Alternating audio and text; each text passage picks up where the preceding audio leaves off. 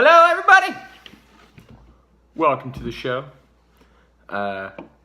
Boys are sleeping, and we had a fun night tonight.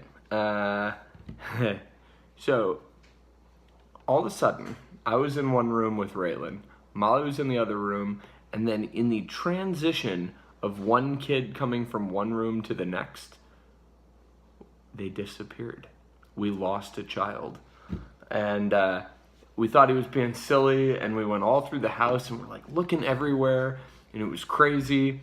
And at first it's like, haha, where's Raylan, and we're like looking in the closet behind the clothes. It's like, he's gone. I mean, gone. And you start yelling out, hey Raylan, where are you? And then all of a sudden it gets serious, like, Raylan? And then we're going in the backyard. It's like 30 degrees out there, it's freezing.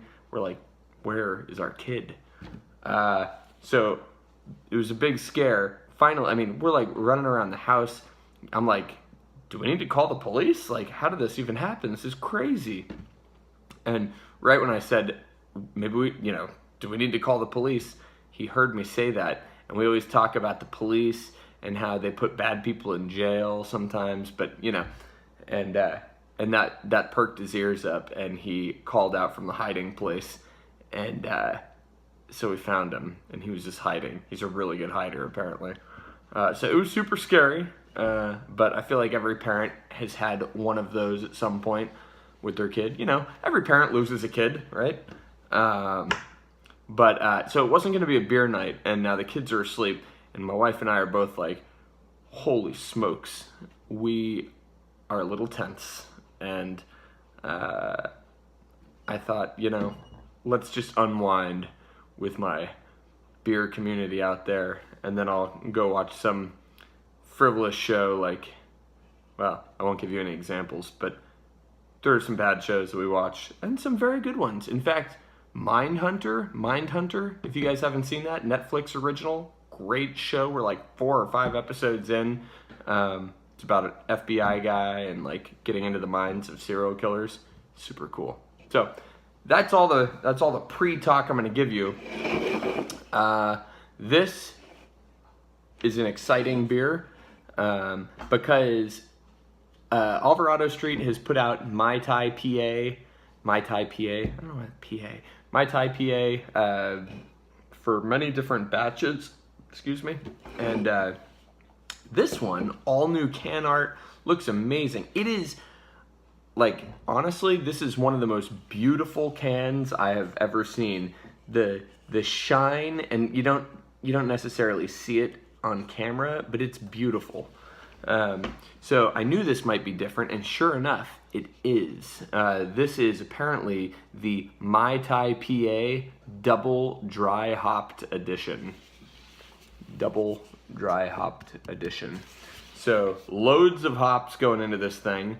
For those of you, so Alvarado Street, based in Salinas, California. I think that's where their actual brewery is. I went to school in Monterey, so near and dear to the heart, although I didn't know anything really about craft beer back when I was in school, so I never went there. I don't know when they were established. But they put out some really good beers. I've had a couple of misses from them, but generally, like if you see their stuff, odds are it's going to be pretty good. So, and they also do great with their marketing. I really have a lot of confidence in this brewery. I think they are definitely one of the best in the West. And so with that, let's give this beer a little snifferoo. Whew. So when they dry hop beers, I'm sure all of you know this, so just ignore this part. But when they write dry hopped, what that means is after the beer has gone through the cooking process on the kettle, they boil it, right? Usually that's when you're adding hops, during the boil or right at the end of the boil. And closer to the end of the boil, the hop additions that are close to the end become less bitter and more flavorful and then aromatic. So dry hopping means the boil is completely done and the beer is actually cooling and starting to ferment, and sometimes well into fermentation. then they add a big hop addition. And what that does is it adds no bitterness to the beer, it only adds aromatic qualities. So when you see a beer that advertises dry hopping or double dry hopped, you know that they're adding loads of hops into the fermenting beer well after the boil, and that doesn't add any bitterness, just amazing aromatics, which is the case here. Yeah, so you get big sort of, you know, I get like this, definitely a nice pininess coming through, but there's also this like sort of muddled orange. I get like a muddled lemon lime orange thing. And it's also, I'm super excited, West Coast beer here, so getting that nice crystal clear color. Smells good. I hope this tastes good. Let's try it.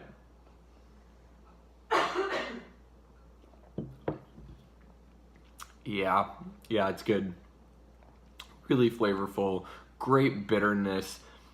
Call me crazy, but this almost has a slight Pliny thing going on. Pliny the Elder. It may just be because I haven't had a West Coast style in a long time, but I mean, it's got great balance, great bitterness, explosive hops, both aromatically and on the palate. Yeah, it's really tasty. This could be too hoppy for some people. Granted, when some people say, I don't like hoppy beers, they don't even know what they're talking about half the time. It bothers me. Because hoppy, like hops can be used for bitterness, for flavor, for aromatics, depending on when in the boil or dry hopping. So hoppiness is not all created equal. But this is very vegetal and very herbaceous kind of on the nose and on the palate.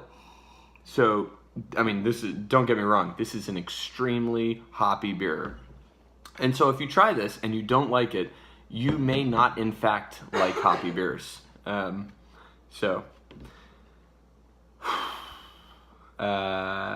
else? What else do you guys want to talk about? Man, it's tasting good. It's probably because I lost a kid. So, anyways, I'm gonna go. I thought, you know, solo video, it'd be like 60 seconds, I'd be done. Apparently when I don't have the chaos of kids, it gives me a chance to ramble. Leave a I'm scared to say this. Leave a comment if you think I should include some solo videos or if I should just save all my beers and only do them with my children. Hopefully it creates a different dynamic and you guys like when I mix it up. So we'll see. Leave a comment. Adios.